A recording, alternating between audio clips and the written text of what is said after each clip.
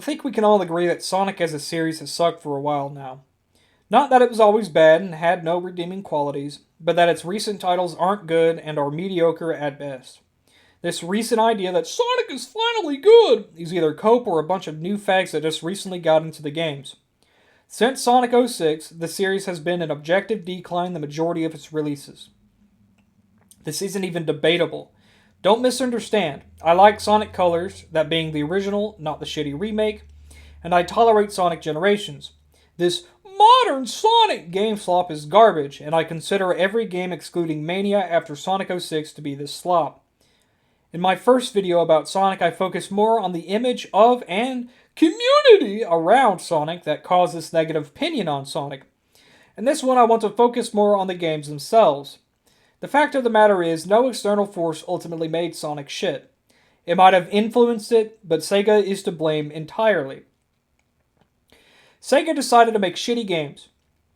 Sega decided to ship the blame on companies they fucked over. Sega decided to chase two rabbits and catch neither. Obviously, I like Sonic. I'm an autistic retard on the internet, and my profile picture has been a fucked up looking Knuckles since I made my channel. I've played the game since I was a kid. I grew up watching the series getting ruined by a bunch of bad decisions. I know what happened firsthand. Of course, other people can explain it better than I can, but to make it short for those who can't sit down and watch or even listen to a video for more than 2 minutes.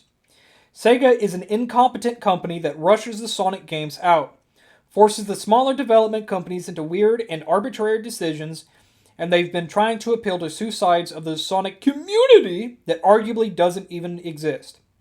Call me one prone to conspiracy, but given the contradictory nature of Sonic fans and their arguments, I believe that most of this modern fan versus classic fan is all made up bullshit. Vocal minorities at best spouting retarded ideas that do not match what they supposedly believe. That one 4chan post that I can't find, but read in my first video, said it best. These people aren't fans.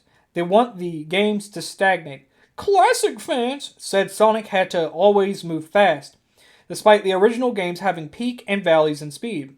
Sections where you went fast, and sections where you slowed down and did precision platforming. This continued even into the adventure games, and even arguably Sonic Unleashed, where the day sections were fast and the night sections were slow.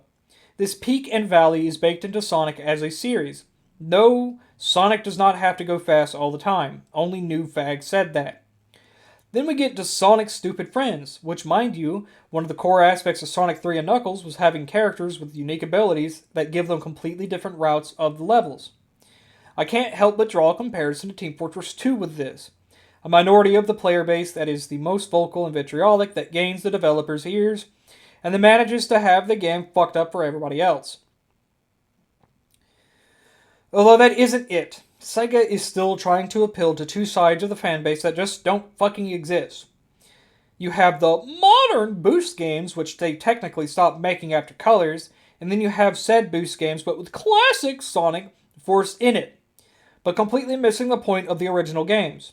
My point for bringing this up is to set the stage, and for you to understand that the fanbase and public opinion ultimately is not responsible for this, but Sega themselves and their shitty decisions. Let's start with the adventure games, or more like their ports. There's nothing wrong with them on surface level, but the ports are inherently worse and suffer many bugs and visual problems due to being improperly ported to other consoles. This problem gets even worse with the Xbox 360 and PS3 version of the games, which are a port of a port. And then that gets even worse with the PC version, which is a port of a port of a port. This matters because the modern new fags genuinely believe these games are bad because YouTuber Man said so. But said YouTuber Man goes out of his way to do the same fucking bugs over and over and to play one of the worst versions of the games. The Dreamcast versions of the adventure games do not suffer these issues, and the issues themselves aren't even game-breaking in most cases. The adventure titles are genuinely good games that suffer from what I call YouTuber Man syndrome, where some faggot e-celeb says something and retards run with it. The only thing I accept in regards to Adventure 1 is Big's fishing game. Yes, it sucks, nobody likes it. I don't give a shit though, and I love it anyways. Sonic Adventure would be Sonic Adventure without the retarded cat fishing for his frog. Let's talk about Sonic Unleashed next. It's a game I see nobody praising or hating much, but most discourse says the night sections are too slow and the werehog is stupid. That's an opinion, not a fact. I don't mind the werehog sections. It's supposed to be a God of War ripoff, and it does that well enough. Sure, they're slow, but that's the point. As for the transformation itself, see Sonic Stupid Friends. This is a series where collecting shiny ring pops turns Sonic yellow, and collecting bigger ones turns Sonic in a white multicolored flashing hedgehog of unstoppable force. If you think the werehog transformation is stupid because it just is, then why are you playing Sonic games at all? Sega, being the retarded company they are, took Sonic Stupid Friends to heart and decided for the next few games, Sonic won't have a bunch of different characters to play, each with their own abilities, but instead, different versions of Sonic with their own abilities. Now for the big one, Sonic the Hedgehog 2006. I can talk about this game for hours, but I'll condense it. To make it short, Sonic 06 went through several development teams and restarted several times. Come 2006, Sega had rushed the team to release it by the Christmas season, and rushed the game out, causing its countless bugs and shitty art style. The story is underdeveloped and weird at times. The story isn't completely awful and is the only real redeeming quality of the game. The weird relationship between Sonic and that one bitch I can't remember the name of is weird, and never once felt right. Even if the story being the best part, canonically the game doesn't even matter despite being the biggest Sonic story plot-wise. Depending on how you view Sonic lore, 06 either cancels itself out entirely / is a time loop, or created different timelines. Combine this with the fact that Blaze the Cat, who is from the Soul Dimension, is for some reason best friends with Silver from the future of the main timeline, and the only thing that would have them make sense being together, Eggman Nega, is completely absent from Sonic 06. Even the best part of 06 is shit, and sucks. A side tangent regarding Sonic lore, the new games fucking suck and are boring with uninteresting stories. The last good Sonic story was in Sonic Battle, which that entire game was great. It didn't rely on Eggman bad go stop him, but had character development and expanded a little on the story of Eggman and his grandfather. The story wasn't a one-off thing and didn't matter. It had a reason for being. I'm not even mentioning the games that Sega had other companies make, where they completely fucked them over and had them take the blame for the shitty reception. Sonic Boom was entirely Sega's fault, and this is coming from someone who hated those games before they even released. I disliked them conceptually, artistically, and the fact it was just another slop Sonic game. The short version is Sega had Big Red Button put on the spot by having them develop the games exclusively for Nintendo consoles, but also demanding they make the games for Crytek Engine 3. Problem is, the Wii U couldn't use that engine without crashing or lagging, so Big Red Button was forced to essentially make a downgraded version of the engine. Of course, this also led to the game being rushed. The consistent factor here is Sega, and their poor direction and decisions. These games had, and still have, potential. There's nothing holding them back conceptually. It's Sega and only Sega. To prove this, you can see countless fan games that are on par or surpass the official games, purely because they're made out of passion rather than for profit. Sonic Robo Blast 2, the game you're seeing in this video, has been worked on for 26 years. It is a completely completable game, but the developers still consider it unfinished. And as of the making of the video, working on updating the momentum system, sprite alignment based on terrain sloping, along with character balancing. This entire game was originally a Doom mod, but now is its own game on a heavily modified Doom engine. It is entirely free and has many mods and add-ons made by fans you can play with. Personally, I'll recommend the Stealth characters, not only because they fit in stylistically with the main cast, but play well and completely differently from each other. In the same engine, there's a great kart racer, Robotnik's Rings Racers, which has countless tracks, all of which are great, interesting mechanics, and fully playable online. It is, in my opinion, better than Mario Kart and is what Sonic R should have been.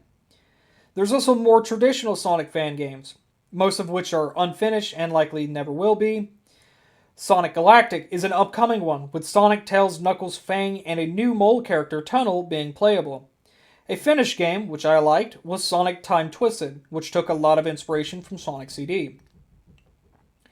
Another fan project I found, which is hyper-autistic and I can't help but like, is a soundtrack. One made by Torrent 64. Disregarding the Homestuck profile picture and presumably being South American, he's making a South American soundtrack for Sonic CD. Does this make sense? Fuck no. It's at best a soundtrack for a ROM hack and will likely not even get that, but the dedication to music itself is what I admire. For a single guy making like 50 songs, it's honestly good. I'm a sucker for music that uses samples from other songs and media, and this soundtrack has that. Another side tangent, Sonic CD's US soundtrack is good. Most people online say the US soundtrack is just boomer rock music and suck off the Japanese soundtrack. These people are fucking stupid and prove my point that Sonic as a series suffers from YouTuber man syndrome. Most of these people likely haven't even listened to the US soundtrack besides the boss/game over music, and just repeat what they hear from YouTubers. Even fan theories can be interesting, most notably SAJ-Man, the Sonic fans' Eggman Nega clone theory. Despite most of his channel being about fucking Sailor Moon, his theory is honestly what made me like the Eggman Nega character. His other Sonic videos I can agree with for the most part as well. I love the Sonic games, and arguably the fandom around them. Even the shitty OCs that they're often made fun of for. It's just sad to see one of my favorite series turned into a parody of itself.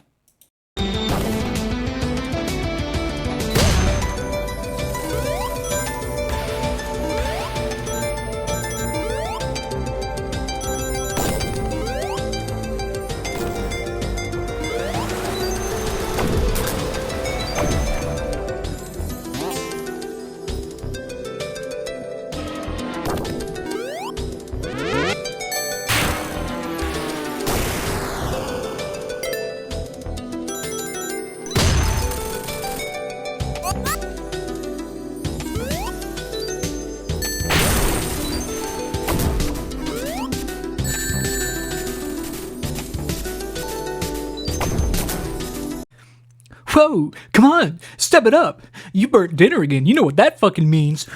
You fucking dumb bitch. You stupid fucking...